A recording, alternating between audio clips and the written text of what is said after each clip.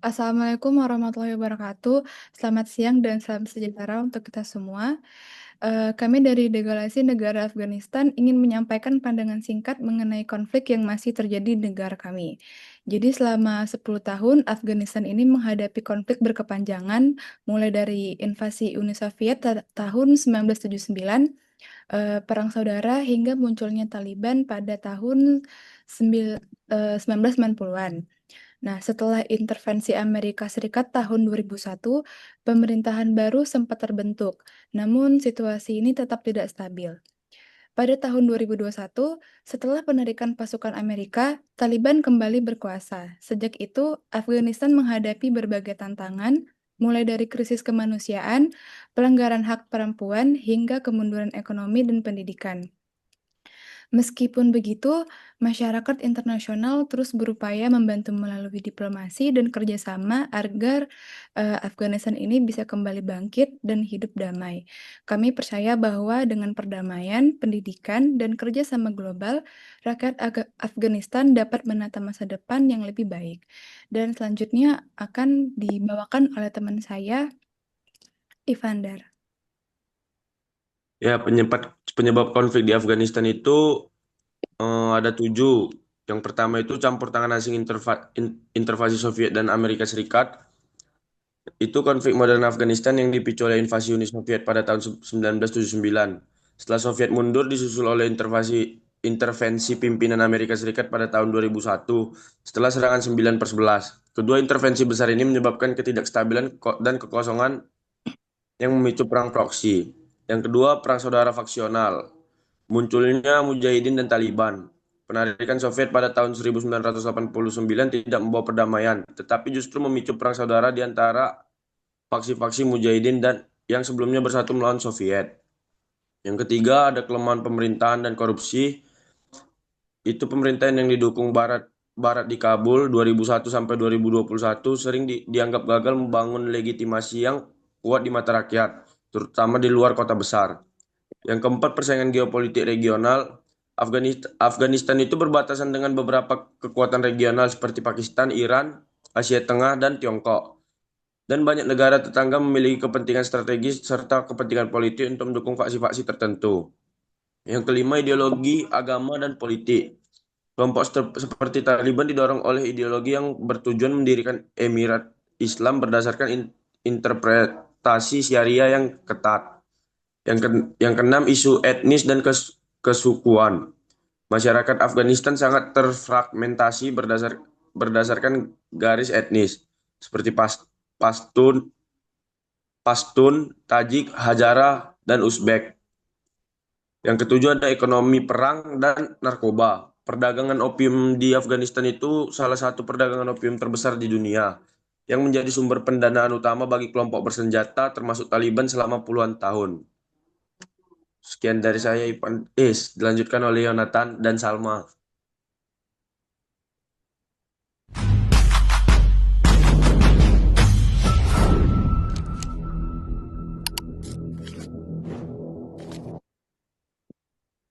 Nah, dari sinilah konflik Afghanistan dimulai, teman-teman. Masyarakat yang tidak puas akhirnya melawan.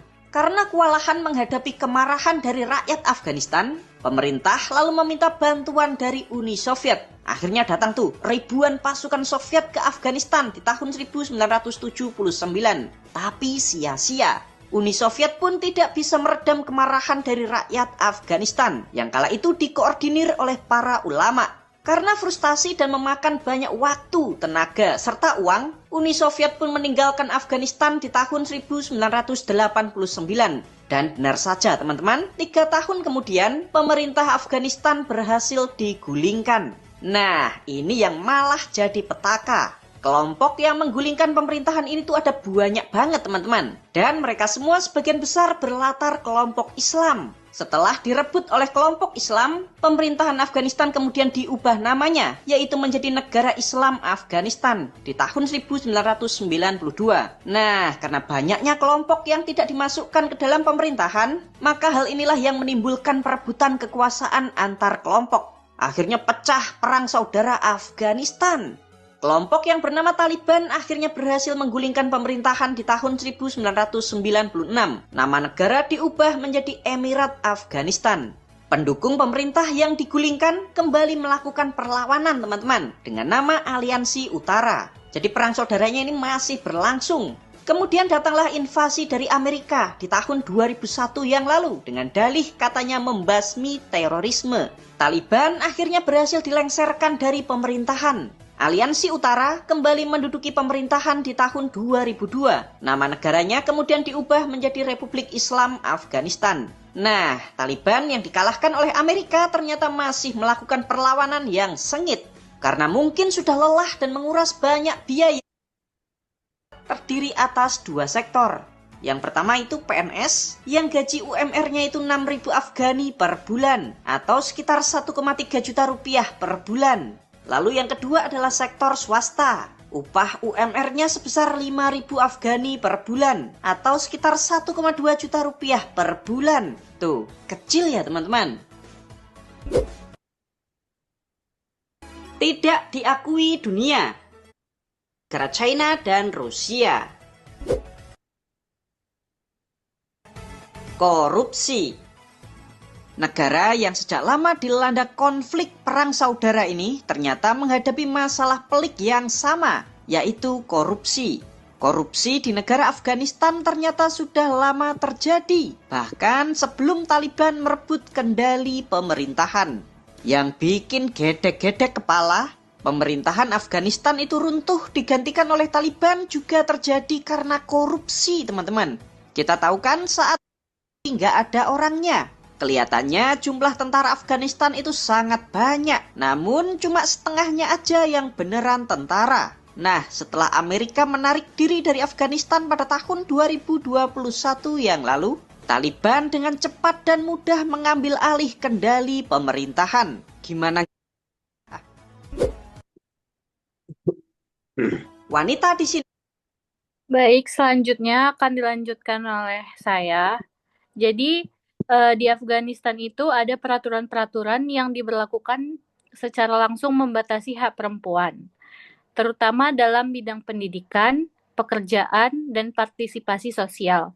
Perempuan hanya diperbolehkan bersekolah sampai kelas 6 sekolah dasar, sementara akses di pendidikan menengah hingga perguruan tinggi ditutup sama sekali. Selain itu, pembatasan dalam dunia kerja membuat perempuan kehilangan kesempatan untuk mandiri secara ekonomi maupun berkontribusi dalam pembangunan negara.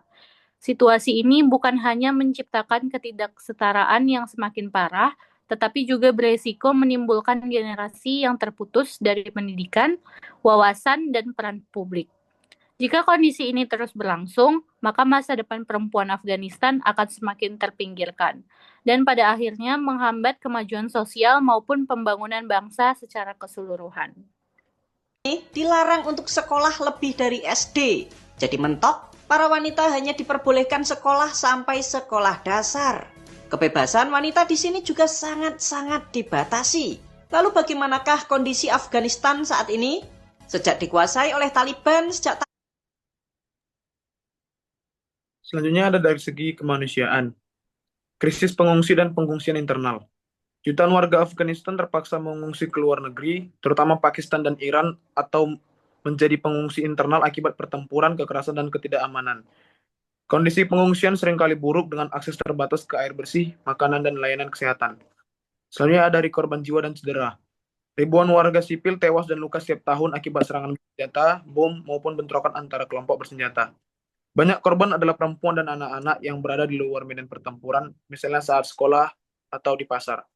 Yang kedua ada dari kemiskinan. Dari segi kemiskinan terjadinya hancurnya infrastruktur ekonomi. Perang yang panjang menghancurkan jalan, pasar dengan listrik dan sistem irigasi. Akibatnya, aktivitas perdagangan dan pertanian yang menjadi sumber utama mendapatkan rakyat terganggu. Tingkat pengangguran menjadi tinggi, banyak perusahaan tutup karena ketidakstabilan keamanan, anak muda kesulitan mendapatkan pekerjaan yang layak, sehingga sebagian terjebak dalam pekerjaan informal atau bahkan direkrut oleh kelompok bersenjata. Yang ketiga, ketergantungan pada bantuan. Jutaan warga Afghanistan hidup di bawah garis kemiskinan dan hanya bergantung pada bantuan dari kemanusiaan internasional. Saat bantuan berkurang atau terhambat, kondisi kemiskinan semakin parah. harga bahan pokok melonjak, inflasi tinggi akibat instabilitas politik dan sulitnya impor. Bahan makanan pokok seperti gandum, beras, dan minyak menjadi semakin mahal dan sulit diakses oleh keluarga miskin. Tahun 2021 yang lalu, negara ini memiliki aturan yang aneh-aneh, teman-teman. Mau tahu apa yang dilakukan itu pas? Kasihan ya, teman-teman. Termasuk iklan-iklan di billboard di pinggir-pinggir jalan yang menampilkan kemiskinan atau bikin teknologi canggih. Biar kita umat Islam nggak kalah sama umat agama lain, umat Kristen dan Yahudi. Atau, yuk sebagai negara Islam kita harus musnahkan para koruptor. Korupsi itu sama dengan mencuri, potong tangannya. Nah, kayak gitu harusnya. Inilah mengapa negara-negara yang katanya menjalankan syariat Islam itu miskin-miskin, teman-teman. Islam cuma dijadikan bungkus, namun nilai-nilai Islam tidak dipraktekkan. Contoh, kebersihan sebagian dari iman. Namun negara-negara Islam banyak yang kotor. Rakyatnya suka buang sampah sembarangan. Kalau mau Islam dipandang hebat, yuk kita harus berpendidikan yang tinggi, kuasai media, kuasai teknologi, bikin mesin-mesin industri. Nah, harusnya kayak gitu, teman-teman. Baik, jadi sebagai penutup, kami ingin menegaskan bahwa meskipun Afghanistan ini telah melalui masa-masa sulit akibat konflik yang panjang, rakyat kami tidak akan pernah kehilangan harapan.